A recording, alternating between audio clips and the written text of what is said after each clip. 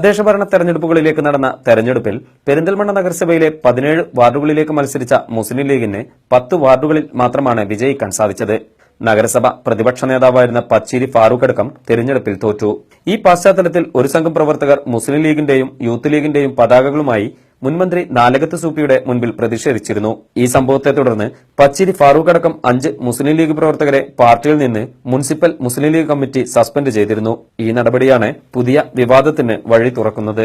ഇപ്പോൾ നടപടി നേരിട്ട 5 പേരും സൂപ്പിയുടെ വീട്ടിലേക്ക് നടന്ന പ്രതിഷേധ പ്രകടനത്തിൽ പങ്കെടുക്കാത്തവരാണെന്നും മുൻമന്ത്രി നാലകത്ത് സൂപ്പി ഇപ്പോഴത്തെ സ്ഥലം എംഎൽഎയും മന്ത്രിയുമായ മഞ്ഞളാംകുഴിയാലി എന്നിവരുടെ താൽപര്യപ്രകാരം തയ്യാറാക്കിയ തെറ്റായ റിപ്പോർട്ട് പ്രകാരമാണ് പാർട്ടിയുടെ നടപടി ഉണ്ടായിരിക്കുന്നതെന്നും ഫാറൂഖ് പറഞ്ഞു. സ്റ്റേറ്റ് സെക്രട്ടേറിയറ്റ് യോഗം നടക്കുമ്പോൾ അവിടെ ബഹുമാനപ്പെട്ട മുസ്ലിം ലീഗ് സെക്രട്ടേറിയറ്റിൽ പങ്കെടുത്തുകൊണ്ട് ഈ വിഷയം അവിടെ ശക്തമായി ഉന്നയിച്ച് അവരെ തെറ്റിദ്ധരിപ്പിച്ച് സംസ്ഥാന കമ്മിറ്റിയെ തെറ്റിദ്ധരിപ്പിച്ചിട്ട് എന്റെ ഭാഗമായിട്ടാണ് നടപടി വന്നിട്ടുള്ളത്.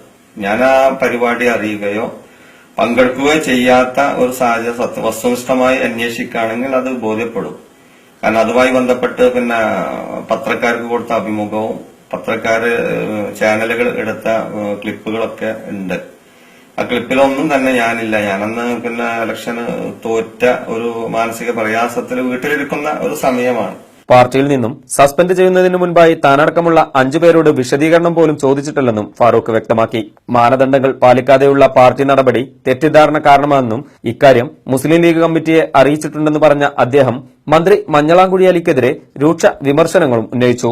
ലീഗിൽ ഗ്രൂപ്പിസത്തിന് നേതൃത്വം നൽകുന്ന മന്ത്രിയുടെ കടുംപിടുത്തം കൊണ്ടാണ് പെരിന്തൽമണ്ണ മേഖലയിലെ തദ്ദേശഭരണ കേന്ദ്രങ്ങളിൽ ലീഗിന് തോൽവി പിണയാൻ കാരണമെന്നും ഇതേ നില തുടർന്നാൽ വരുന്ന നിയമസഭാ തെരഞ്ഞെടുപ്പിലും പാർട്ടിയെ ഇത് പ്രതികൂലമായി ബാധിക്കുമെന്നും ഫാറൂഖ് പറഞ്ഞു. തെറ്റിദ്ധരിപ്പിക്കുന്ന രീതിയിൽ ഇവിടുത്തെ ഗ്രൂപ്പിസത്തിന്റെ ഭാഗമാണ്. ഇവിടെ ഒരു വിഭാഗത്തെ മന്ത്രി നേതൃത്വം കൊടുത്തുകൊണ്ട് ഇവിടെ തെരഞ്ഞെടുപ്പുമായി ബന്ധപ്പെട്ട് ഉണ്ടായ ഒരുപാട് പ്രയാസങ്ങളുണ്ട്.